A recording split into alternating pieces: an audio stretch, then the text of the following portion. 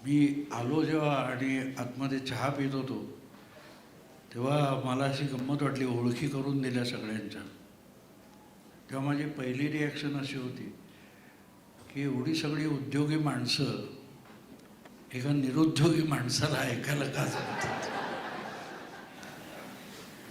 कारण तुम्ही काही ना काय उद्योग करता, आम्ही फक्त बकवास करतो. अर्थात त्याचा उपयोग आहे, ही गोष्ट वस्तुस्थिती आहे. पण तरी एक गोष्ट अशी असते की मलाही कधी कधी कुतूहल वाटतं की लोक काय ऐकतात. आत्ता मी इथे आलो जेव्हा तेव्हा क्षितिज पाटुकले मला भेटला. 9 तारीखला त्यांनी एक कार्यक्रम ठेवला आहे. पण प्रतिपक्ष जो सुरू झाला त्याची पार्श्वभूमी सांगणं आवश्यक आहे. हे यूट्यूब वगैरे नवीन जेव्हा 4-5 वर्षापूर्वी आलं होतं त्या तो आमचा क्षितिज पाटुकले आहे तसा अक्षय भिक्कड किंवा पाचलग म्हणून आहे, विनायक पाचलग, यांच्याबरोबर मी व्हिडिओ ते बोलवायचे आणि करायचो. तर क्षितिज पाटुकलेची अशी आयडिया होती की दिवसाला 3 किंवा 4 व्हिडिओ टाकायचे. मित्रांनो, मी त्याला अक्षरशः घरातून हाकून लावला. मी 4-4 वेळ कोणाचं काय ऐकणार नाही दिवसातून, माझं का 4 वेळ लोक ऐकतील.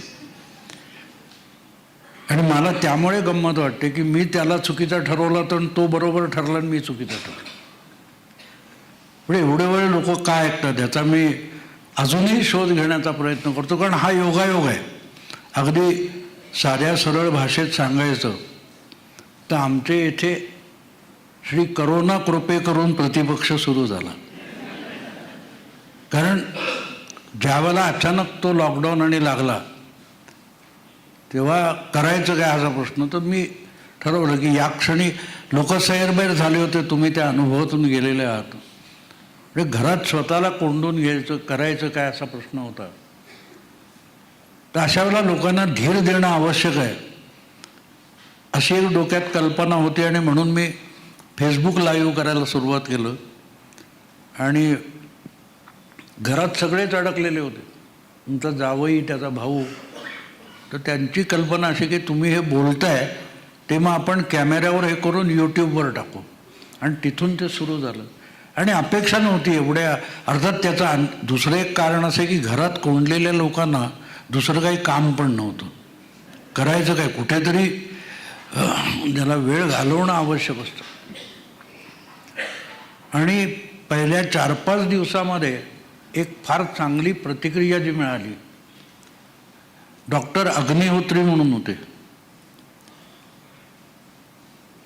त्यांनी सांगितलं की 12-14 तास काम करतोय, थकलो, शिणवटा आला की बाहेर येतो, 1 किंवा 2 व्हिडिओ तुमचे ऐकतो आणि परत कामाला लागतो. आणि मग वाटलं आपण बरोबर करतोय. आणि अर्थातच ती गरज होती तिथपर्यंत तो विषय चालू राहिला, आवश्यक होता म्हणून. पण हळूहळू करत समाजकारण, राजकारण, आसपास घडणाऱ्या घटना आणि मूलतः 50 वर्षाची पत्रकारिता अधिक केलेली असल्यामुळे घडणाऱ्या घडामोडी लोकांना समजाव्यात. म्हणजे आम्ही पत्रकारिता केली तेव्हा राजकीय विश्लेषणाकडे वळलो होतो, तसाच वळलो होतो की बातमी नुसती नाही. आज बातमी म्हणजे वर्तमानपत्राची गरज नाही, चॅनेलची गरज नाही आहे.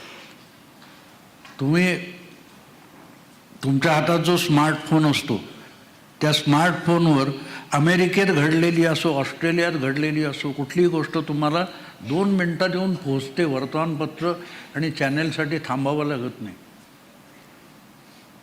अशा वेळेला लोकांना बातमी समजावणं आवश्यक होतं. आणि तिकडे संपूर्ण मेनस्ट्रीम मीडिया तोकडा पडायला लागला. त्यामुळे प्रतिपक्षाचं जे यश आहे किंवा अशा आमच्यासारख्यांचं जे यश आहे त्याचं मूळ कारण हे त्यांच्या अपयशात दडलेलं आहे. त्यांनी आपली उपयुक्तता संपवली, नाही तर आम्हाला कोणी ऐकलं नसतं. साधी सरळ गोष्ट आहे मित्र. आता हे जेव्हा मी उलटा विचार करून सांगतो त्याचंही कारण तुम्हाला सांगतो. अनेकदा आता अमृतने चांगली ओळख करून दिली सभ्य माणसासारखी असं वाटतं. नाहीतर अनेकदा अशा कार्यक्रमाला गेल्यावर ओळख करून देणारे असतात त्यांच्याकडून आपल्याला आपली नवी ओळख होते. आपण काय काय आहोत आपल्याला माहिती नसतं आपण काय आहोत. हसू नका मित्रांनो, टी व्हीवर तुम्ही ऐकलेलं आहे, ऐकत असता. तो अँकर असतो, तो समोरच्याला सांगतो आपण तर अमुक आहात, आपण तर तमुक आहात. अरे त्याला माहित नाही का तो कोण आहे तो? हा त्याला ओळख करून देतो त्याची. आपण वाजपेयींबरोबर काम केलेलं आहे हे त्याला एखाद्या भाजपच्या ज्येष्ठ नेत्याला अँकर सांगतो आपण वाजपेयीबरोबर काम केलं. तू कधी बोललाय का मी मनमोहन बरोबर काम केलंय? मग तू का त्याची तसं हे करतात. आणि मग त्याच्यात एक गमतीशीर शब्द गुळगुळीत कसे होतात. माझी प्रामुख्याने सांगतो, ओळख करून देताना ज्येष्ठ पत्रकार भाऊ तोरसेकर. आता ज्येष्ठ का म्हणायचं असतं तर आम्ही आणले तो रिकाम टेकडा नाही हे पहिलं सांगायचं असतं. कारण लावायला काय हा कुठला तरी संपादक आहे, कुठला तरी अमुक आहे हे सांगता येत नाही.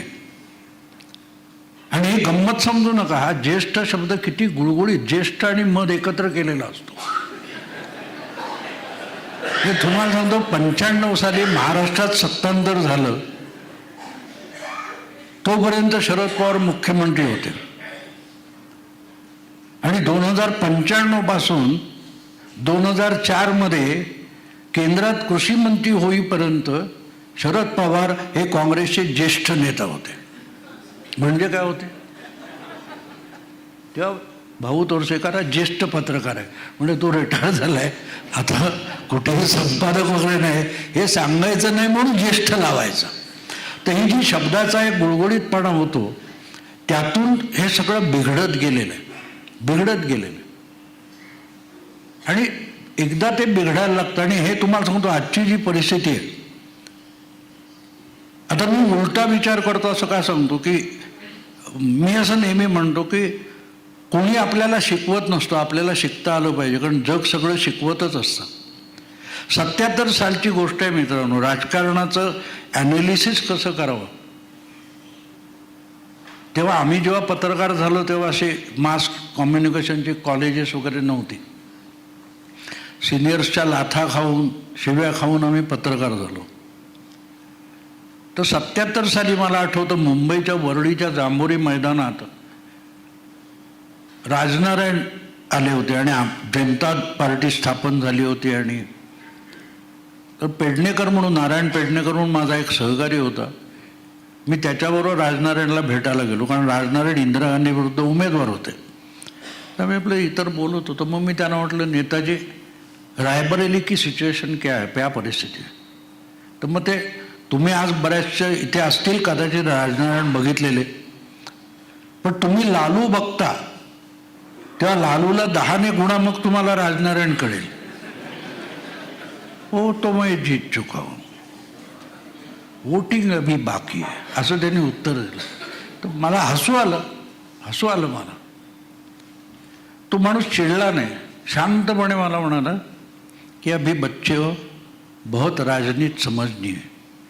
मैं मतलब वो बात नहीं है नेताजी, आपके सामने प्रधानमंत्री चुनाव में खड़ी है इसलिए पूछा मैं. वही तो इसलिए मैं जीत चुका हूँ. मतलब कैसे? क्योंकि राजनारायण को जनता जिताना नहीं चाहती. मतलब फिर आप कैसे जीत चुके हो? वही तो बोल रहा हूँ ना. मैंने लोगों को इंदिरा को हराना है. अगर इंदिरा हारेगी तो सामने अकेला राजनारायण खड़ा है, उसको तो जीतना पड़ेगा. मैं क्या करूं? गांव गांव जाकर हाथ जोड़कर बोलूं कि भैया मुझे वोट मत दो, मुझे हराओ, फिर भी जीतूंगा, क्योंकि लोगों को इंदिरा को हराना है. मित्रांनो, हा राजकारणातला फार मोठा मी ॲनालिसिस करतो. त्यात मिळालेला मला धडा आहे की एखाद्या घटनेच्या परिणामाकडे कसं बघावं. आणि मला त्याचं जे रिअलायझेशन म्हणतो, 83 साली जेव्हा आपण वर्ल्ड कप जिंकला तेव्हा आपण जिंकण्याच्या परिस्थितीत नव्हतो. आपली टीम काय होती तेव्हा, पण जिंकला. आणि मला आठवतं मी लोकप्रभेत तेव्हा लेख लिहिला होता की आपण जिंकलो नाही, वेस्ट इंडिज हारलाय. त्यांनी ज्या चुका केल्या त्याचा परिणाम म्हणून आपण जिंकलेले दिसतो. आणि हा जिथे फरक तुम्ही समजाल ना, तिथे मग राजकारणात इतर गोष्टीत कोण हरतो आणि कोण जिंकतो. का जिंकतो तर समोरचा, आज तुम्ही आजच्या निवडणुकीची परिस्थिती बघा ना. तुम्हाला मला सगळ्या जगाला माहिती होतं की 2024 साली लोकसभेची निवडणूक होणार आहे. मग फक्त 10 महिने आधी जून 2023 मध्ये इंडिया आघाडी बनवायचं काय कारण होतं? तुम्ही 5 वर्ष आधी बनवू शकत होता. आणि आत्ता प्रश्न काय विचारला जातो, मला आत्ता बसलो होतं ते आमच्या अमृतने कोणाचा तरी एक प्रश्न विचारला की एवढं जर मोदींना यश मिळणार आहे तर कशाला फोडाफोडी चालली. आता गल्लत कशी होते बघा, समजुतीत गल्लत कशी होते, पटकन तुम्हालाही पडेल रे एवढं मिळणार आहे मोदींना, परत तिसऱ्यांदा मिळणार, सगळे सर्वे सांगतायत, सगळे ॲनालिस्ट सांगतायत, मग फोडाफोडी कशाला. किती लॉजिकल प्रश्न वाटतो बघा, पण जरा डोळसपणे बघा. आणि हाच प्रश्न माझी बायको जी मेरिटमध्ये सातत्याने आलेली आहे, तिने मला विचारला की हे असं कशाला म्हणून. मी तिला तोच प्रश्न उलटा विचारला. म्हटलं एक सांग की तू शाळेमध्ये कॉलेजमध्ये प्रत्येक वेळेला पहिली येत होतीस, मग तू शेवटच्या क्षणापर्यंत अभ्यास का करत होतीस, का करत होती? तुला नापास व्हायची भीती नव्हती ना, पण तू पास होण्यावर समाधानी नव्हतीस, तू फर्स्ट क्लास मिळण्यावर समाधानी नव्हतीस, तू डिस्टिंक्शन मिळवण्यावर समाधानी नव्हतीस, तुला टॉपर व्हायचं. तेव्हा आत्ता मोदी शहा काय करतायत, त्यांना टॉपर व्हायचं. त्यामुळे मग फोडाफोडी कशाला चाललंय, एवढं सगळं झालंय असं म्हणणारे पहिली दुसरीत पण गेलेत की नाही अशी मला शंका येते. त्यामुळे हे इतकं सरळ लॉजिक असतं. आणि लॉजिक तुम्ही लक्षात द्या, मी सांगतो तुम्हाला, आता हे शिवसेना फुटल्यानंतर जेव्हा मला महाराष्ट्राचे एक मोठे वकील आहेत, ते माझ्या सतत आमच्या गप्पा होतात, प्रश्नोत्तर होतात, तर मी शिंदेना कशी शिवसेना मिळणार हे पहिल्या दिवसापासून सांगत होतो, कारण माझं नाव उल्हास नाही आहे.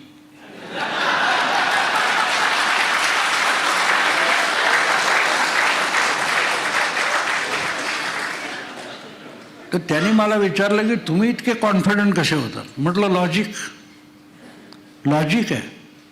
आजपर्यंतचे निवडणुकीचे आयोग असो किंवा सुप्रीम कोर्ट असो, यांचे जे निकाल आले ते तुम्ही बारकाईने बघितले तर तुम्हाला कळते काय होणार आहे. आणि त्या वकिलांना उलट सांगितलं, तुम्ही टीव्हीच्या चर्चेत जाता, माझ्यासाठी एक काम करा. तो म्हणाल काय? तो म्हणाल तुम्हाला जो प्रश्न विचारला जातो, मग शिवसेनेची घटना निवडणूक आयोगाला दिलेली आहे, अमुक आहे तमुक आहे वगैरे वगैरे वगैरे. म्हटले त्या घटनेची कॉपी मला कुठून मिळणार नाही, तुम्हाला त्यांच्याकडून मिळाली चॅनेलमधून, तर त्याच्यामध्ये पक्षप्रमुख नावाचं पद आहे का जरा शोध घ्या. तुम्हाला का? म्हटलं शिवसेना प्रमुख हा शब्द असेल, पण पक्षप्रमुख हा शब्द आहे का तपासा, आणि नसेल तर त्या पक्षप्रमुखांनी कुठचीही कृती केलेली असेल, कुठलाही निर्णय घेतलेला असेल तर तो लिगली अवैध ठरणार. पण यू हॅव बिग पॉईंट. त्यांनी दुसऱ्या दिवशी मला कन्फर्म केलं, यू आर 100% राईट. पक्षप्रमुख हे पदच नाही. आणि आत्ता शेवटपर्यंत तुम्ही बघाल तर तो पक्षप्रमुख पद नाही आहे, हाच निर्णायक पॉईंट ठरला. ते खजील झाले थोडे, वकील साहेब मोठे आहेत, नामवंत हुशार माणूस आहे. तर त्यांना म्हटलं तुम्ही निराश होऊ नका, तुम्ही वकील आहात. ते मला म्हणाले की तुम्ही लॉ केलेला नाही, तुम्ही प्रॅक्टिसिंग लॉयर नाही आहेत. मग हे येतो कुठून डोक्यात? म्हटलं तेच तर कारण आहे, कारण तुम्ही चाकोरीतून जाता, मी आउट ऑफ बॉक्स जातो.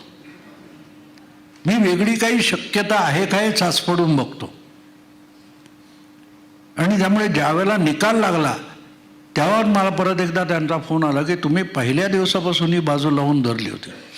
म्हटलं मला आवडते म्हणून नाही लावून धरली, मला ती पटलेली होती की असं होणार. आणि मग त्याने मला एक अतिशय गंभीर प्रश्न विचारला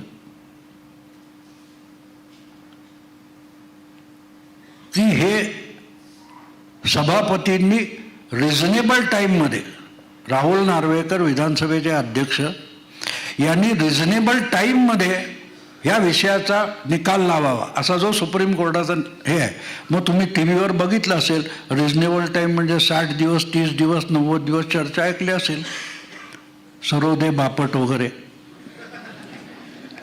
तर त्या वकिलांनी मला विचारलं रिझनेबल टाईम कसा मोजायचा.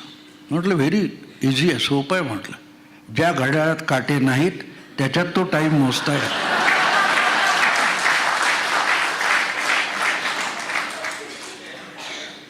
ते गडबडले. म्हटलं कमाल आहे, पण यू आर लॉजिकली बरोबर आहे. म्हणून अहो म्हटलं रिझनेबल टाईम ज्याचा त्याचा त्यांनी ठरवायचं आहे ना, ज्याचा त्यांनी ठरवायचं आहे. मला सहसा इतक्या 50 वर्षाच्या पत्रकारितेमध्ये कुठच्या लिगल नोटिसा आल्या नाहीत. एकदा आली होती आणि नोटीस पाठवणारा छोटा नाही, अगदी सुप्रीम कोर्टाचा वकील होता. आमच्या त्या छोट्याशा पाक्षिकाचा संपादक आणि त्याचा वकील खूप घाबरले होते ही माफी मागून मोकळे. म्हटलं नाही नाही माफी नाही मागायची. तर तो 2दा आधी नोटीस आली, मी तेव्हा केजरीवाल सारखी घेतलीच नाही.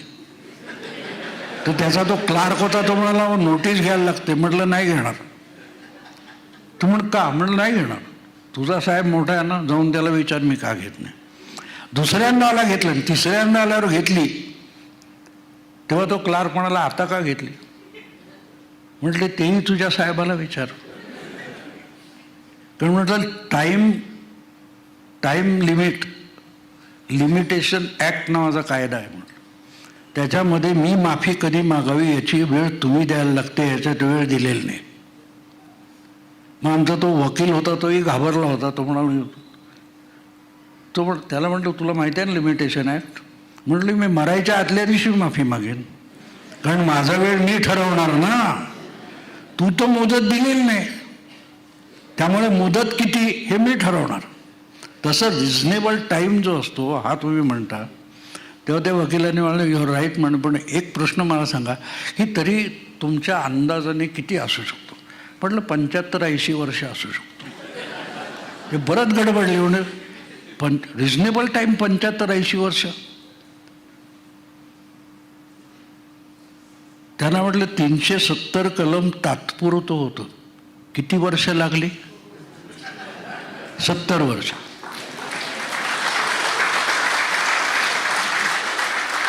ज्या देशातल्या कायद्यामध्ये तात्पुरतं म्हणजे 70 वर्ष असतं, तर रिझनेबल 80-90 वर्ष असायला काय.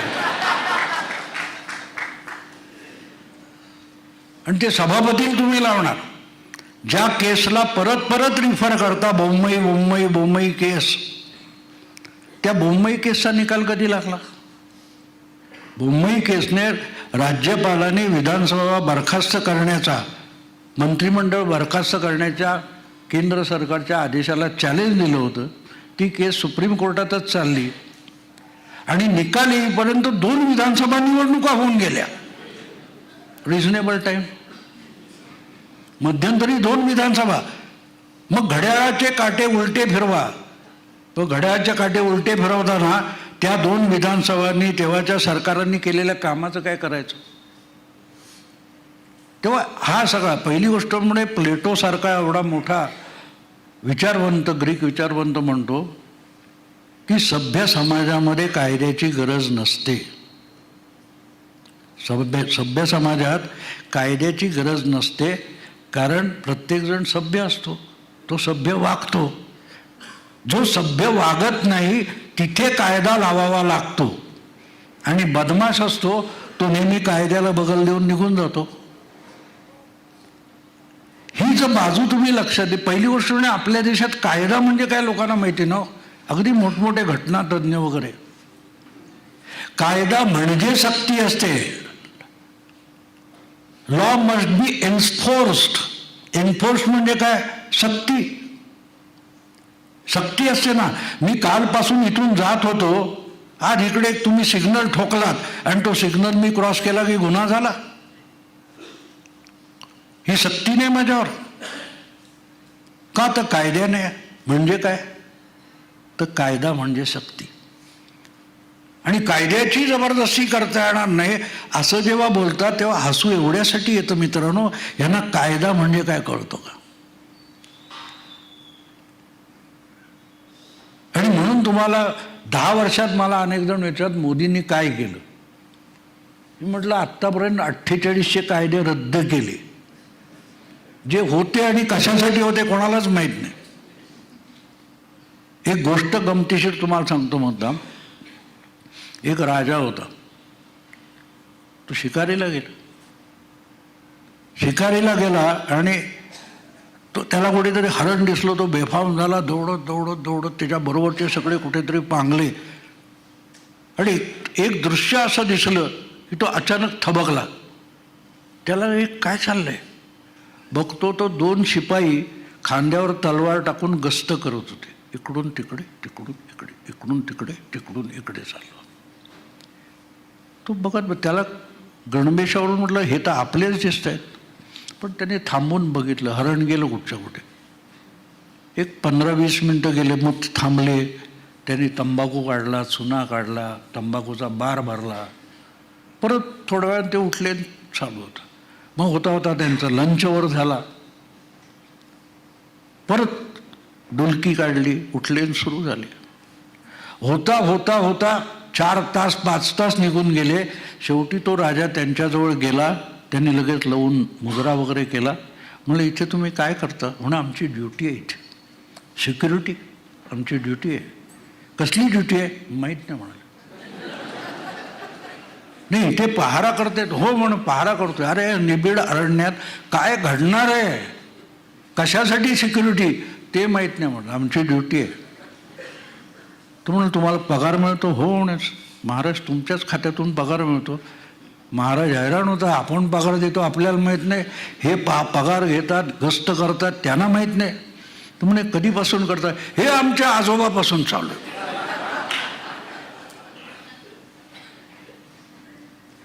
राजा हैराण होतो, म्हणा आमच्या आजोबा करायचे, मग बाबा करायचे, मग आता आम्ही करतो म्हणा, पण कशाला माहीत नाही म्हणा. राजा शिकार सोडतो, येतो, दरबार भरवतो. म्हणजे काय त्या अमुक त्या जंगलामध्ये 2 शिपाई. प्रधान पण हैराण होतो, कोणालाच कसली खबर नाही. मग चौकशी आयोग बसवतात.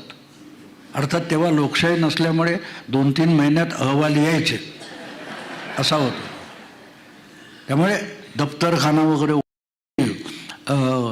ते चंद्रकांत दादा पण होते कोल्हापूरच्या कार्यक्रमाला. तर तिथे मी हे बोललो होतो की रोज उठून फुले शाहू आंबेडकर जपमा ओढणारे जे आहेत ना, म्हणजे हे असतात तरी कसे? तर ते फूड ब्लॉग्स तुम्ही बघाल टीव्हीवर, ते पाकशास्त्राचे जे प्रयोग बघता ना, महिला आहेत इथे रागेल त्यांना कदाचित, पण ते पाकशास्त्र मी काही बघितलेले आहेत, रोज बघतो असं नाही, पण त्याच्यात एक गंमत असते. सगळं हे 10 ग्रॅम, ते 3 ग्रॅम, ते 2 चमचा, ते अर्धी वाटी वगैरे असं सांगतात. पण एक वाक्य सगळ्या कार्यक्रमात कॉमन असतं, चवीपुरतं मीठ. मीठ किती ग्रॅम कोणी सांगत नाही, मीठ चवीपुरतं. आणि तिथे गंमत लक्षात घ्या मित्रांनो, हे सगळे पवारांपासून सगळे आहेत ना पुरोगामी, यांची एक खासियत असते की त्यांच्या सगळ्या पुरोगामित्वामध्ये फुले शाहू आंबेडकर हे चवीपुरतं मीठ असतं. बाकी फुले काय म्हणालेत कोणाला पत्ता आहे, बाकी यांनी वाचलेलं पण नसतं. पवार प्रकाशन समारंभात जाऊन त्या पुस्तकावर तावाने बोलतात, समोरच्याला वाटतं काय पवार साहेबांनी वाचन केलेलं आहे, पण पवार साहेबांनी प्रस्तावना आणि मलपृष्ठ वाचले असं मधलं काहीच वाचलेलं नसतं. तर मुद्दा असा असतो मित्रांनो की हे जे काय पडत मूर्ख बोलतात ना, त्यांची गंमत अशी असते की ते चवीपुरतं मीठ असल्यासारखं बोलतात, मध्ये मध्ये टाकत राहायचं आपलं. गोविंदराव पानसरे यांच्या पुस्तकामध्ये फार सुंदर गोष्ट आलेली आहे. त्यांनी सांगितले की शोषक महाचलाख असतात. शोषितांचा विचार मांडणाऱ्यांनाच शोषक आपले विचारवंत म्हणून घोषित करतात. म्हणजे कुमार केतकर हे समाजवादी असतात, पण ते टाइम्स न्यूजच्या जैनाकडे काम करतात. इकडे कामगार चळवळीबद्दल बोलायचं आणि भांडवलदाराकडे नोकरी करायची. त्यामुळे तिथे फरक पडतो. आणि ते पुढे म्हणतात की ही सगळी चतुराई ओळखण्यासाठी आपल्या धडावर आपलंच डोकं असलं पाहिजे आणि आपल्या डोक्याखाली आपलंच धड असलं पाहिजे. म्हणजे आपला मेंदू वापरता आला पाहिजे, आणि तो मेंदू वापरता येत नाही त्यांना विचार स्वातंत्र्य पाहिजे. सगळ्यांना विचार स्वातंत्र्य पाहिजे, पण विचार करणार आहात का? नाही, विचार नाही करणार. आइन्स्टाईन म्हणतो मूर्खाचं लक्षण काय, की तीच चूक परत परत करायची आणि काहीतरी वेगळं होईल अशी अपेक्षा करायची, आणि नाही झाली की EVM हॅक केलेलं असतं. हा जो काय प्रकार असतो ना, यातून मोदींनी तुमच्यावर तुमच्या पद्धतीने मात केली हे समजून घ्या. मोदींनी कशी मात केली आहे तुमच्यावर? मला एक माझा समाजवादी मित्र आहे, तो वाद घालत होता. त्याला म्हटलं बाकी म्हणजे पहारेकऱ्यांचे नातू पहारेकरी झाले, राजाचा नातू राजा झाला, पहारा चालू आहे, कोणाला कशाला माहित नाही, आपल्याकडे पणतू पंतप्रधान व्हायला निघाले.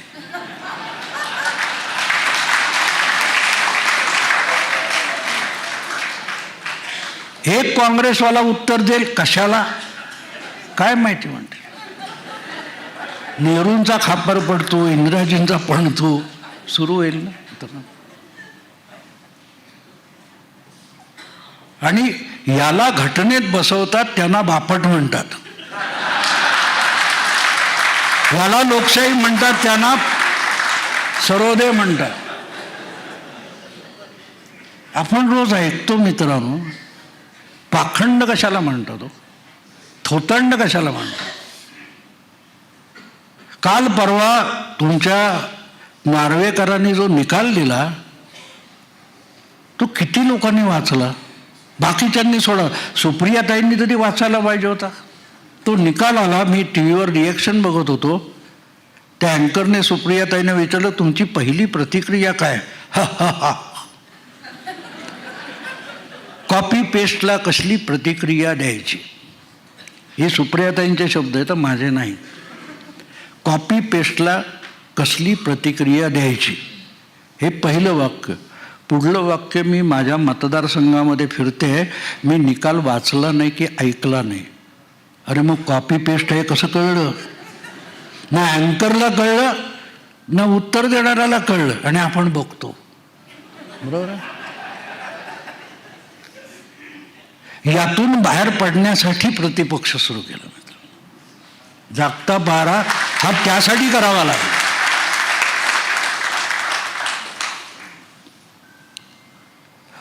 आपण कसं असतं मित्रांनो माहिती आहे का, आपण ऐकत राहिलो की हळूहळू विसरून जातो काय ऐकत होतो.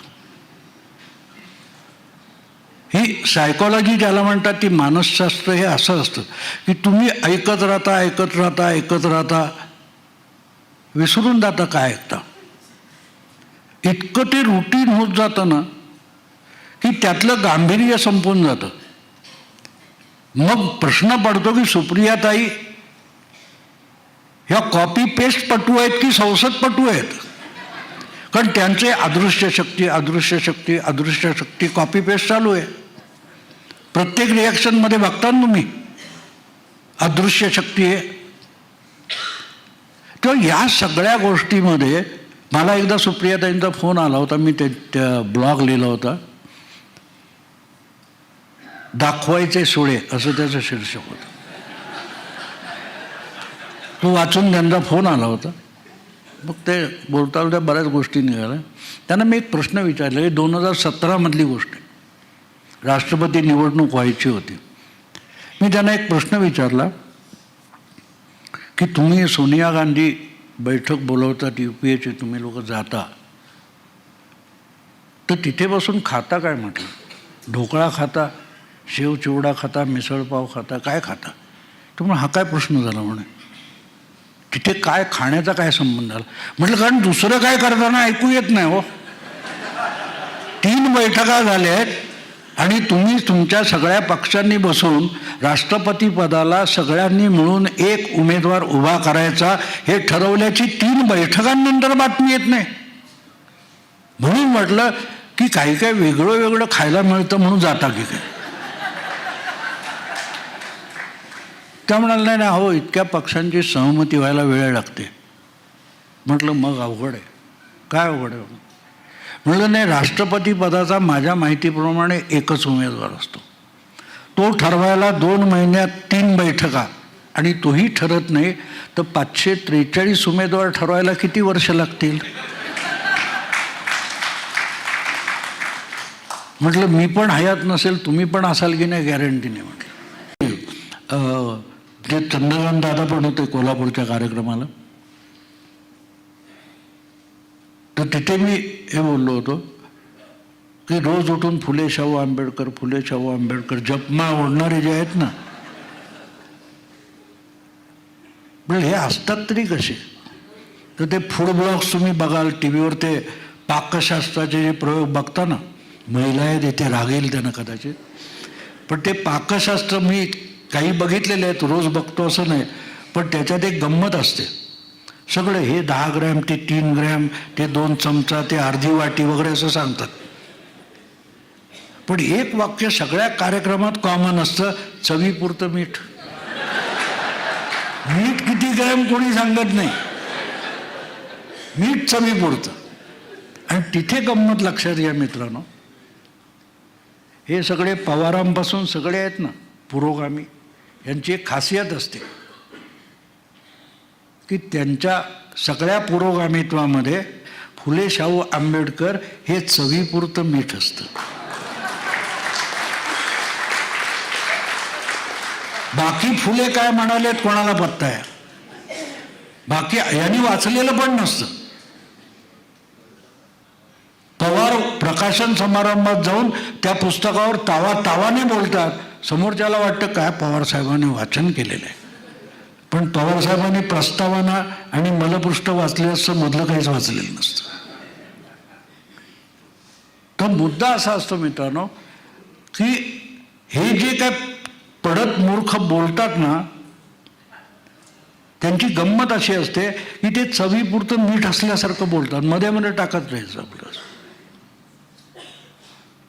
गोविंदराव पानसरे यांच्या पुस्तकामध्ये फार सुंदर गोष्ट आलेली आहे. त्यांनी सांगितले की शोषक महाचलाख असतात. शोषितांचा विचार मांडणाऱ्यांनाच शोषक आपले विचारवंत म्हणून घोषित करतात. म्हणजे कुमार केतकर हे समाजवादी असतात, पण ते टाइम्स न्यूजच्या जयनाकडे काम करतात. इकडे कामगार चळवळीबद्दल बोलायचं आणि भांडवलदाराकडे नोकरी करायची. त्यामुळे तिथे फरक पडतो. आणि ते पुढे म्हणतात की ही सगळी चतुराई ओळखण्यासाठी आपल्या धडावर आपलंच डोकं असलं पाहिजे आणि आपल्या डोक्याखाली आपलंच धड असलं पाहिजे, म्हणजे आपला मेंदू वापरता आला पाहिजे.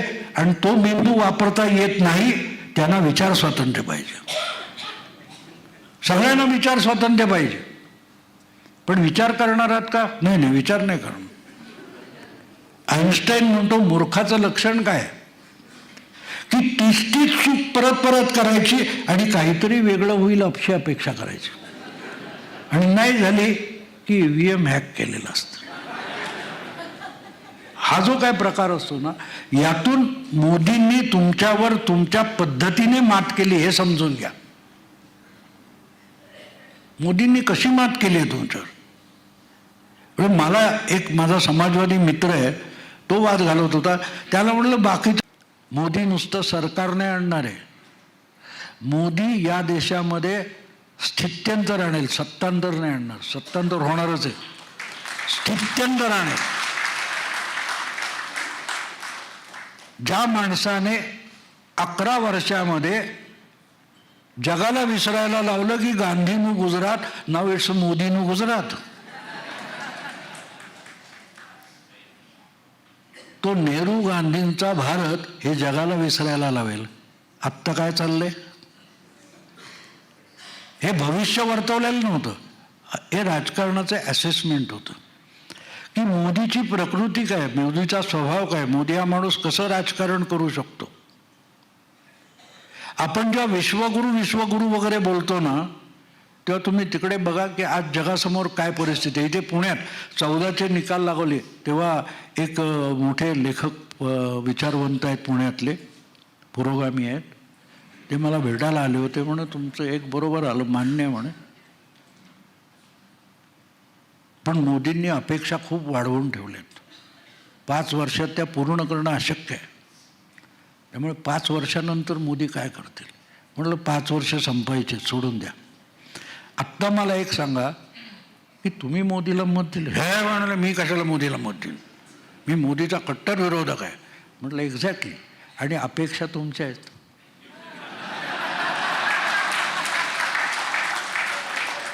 ज्यांनी मोदीला मत दिलंय त्यांच्या काहीच अपेक्षा नाहीत, आणि जे मोदींना मतच लोक देणार नाही म्हणत होते ते सांगतात मोदींना कुठच्या अपेक्षेने मतं दिली. आहे की नाही गंमत? मी मला सांगितलं ना, आपली नव्याने ओळख होते. तसा मोदीला मतं का दिली हे बरखादत आणि राजदीप सरदेसाईला कळतं. यासाठी तुम्हाला लोकांनी मतं दिलेली नाहीत. हे तू कोण सांगतो? तू देणारच नाही बोलला होता. आणि त्यामुळे मग या लोकांचं असेसमेंट जे चुकत जातं ते तिथे चुकत जातं की त्यांना मोदी कोण आहे माहीत नाही. माहीत आहे तो वेस्ट इंडिजला आपण हरवतो, एक जात सगळे गोरे आहेत. ते कळलं तुम्हाला प्रॉब्लेम? वेस्ट इंडिजमध्ये गोरे नसतात हे सुद्धा माहिती नाही. ते वेस्ट इंडिजच्या टीमला क्रिकेटमध्ये हरवणार आहेत. इंडिया आघाडी बघता ना तुम्ही मित्रांनो, का विस्कटली माहिती आहे तुम्हाला इंडिया आघाडी? सोपी गोष्ट आहे. खरे खेळाडू कॉमेंट्री बॉक्समध्ये बसलेत. कसा आहे तो मोदी बघतो, त्याला असा हरवतो, तो बॅट फिरवते जाण तिकडे, त्याला कोणीतरी बॉल टाका ना, हे कॉमेंट्रीतून त्याला हरवणार आहेत. टीव्हीच्या चॅनेलच्या डिबेट जिंकून त्यांना वाटतं मोदींना हरवणार.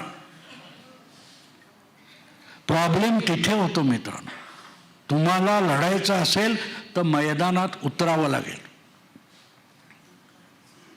राहुल कंवलने त्याला असा प्रश्न विचारला की मोदी पंतप्रधान पदाचे उमेदवार आहेत, लेकिन क्या मोदी अटल बिहारी हो सकते? एक सेकंदात अशोक सिंघल म्हणाले बिल्कुल नहीं, नहीं होंगे. तो म्हणाले क्यों? तो वाजपेयी की पॉप्युलरिटी आप जैसे लोगों में है. फरक सांगतोय मी. त्यांनी काय सांगितलं, मोदी की अटल जी की पॉप्युलरिटी आप जैसे लोगों में है, मोदी की पॉप्युलरिटी नेहरू जैसी है. हा फरक लक्षात घ्या. नेहरू मतं आणतात. वाजपेयी उच्चभ्रू वर्गाला आवडत होते, पण तळागाळातून मतं आणण्याची क्षमता वाजपेयीसारख्या कुशल बुद्धिमान माणसाकडे नव्हती. हा फरक त्यांनी सांगितला होता. पण हा माझ्या डोक्यात शिरायला पण 2 दिवस गेले. तो काय म्हणतोय माणूस, म्हणून ते समजून घ्यायचं असतं. आपल्याला आवडो ना आवडो, पण ते समजून घ्यायचं असतं. आणि बघा, वाजपेयी 3 लोकसभा निवडणुकांमध्ये बहुमत आणू शकले नव्हते, आणि मोदी 3ऱ्यांदा बहुमत आणणार आहे. हो, वाजपेयींचा भाषणाचा गुण घेतला, पण नेहरूंचा मतं आणायचा गुण घेतला. हा मोदी असतो. आणि तो समजून घेतला तर मग तुम्हाला मोदींचं असेसमेंट करता येतं. पण तुमच्या डोक्यात जो आधीच मोदी आहे त्यानुसार जर असलेल्या मोदीकडे बघाल तर तुम्हाला तो मोदी कळत नाही.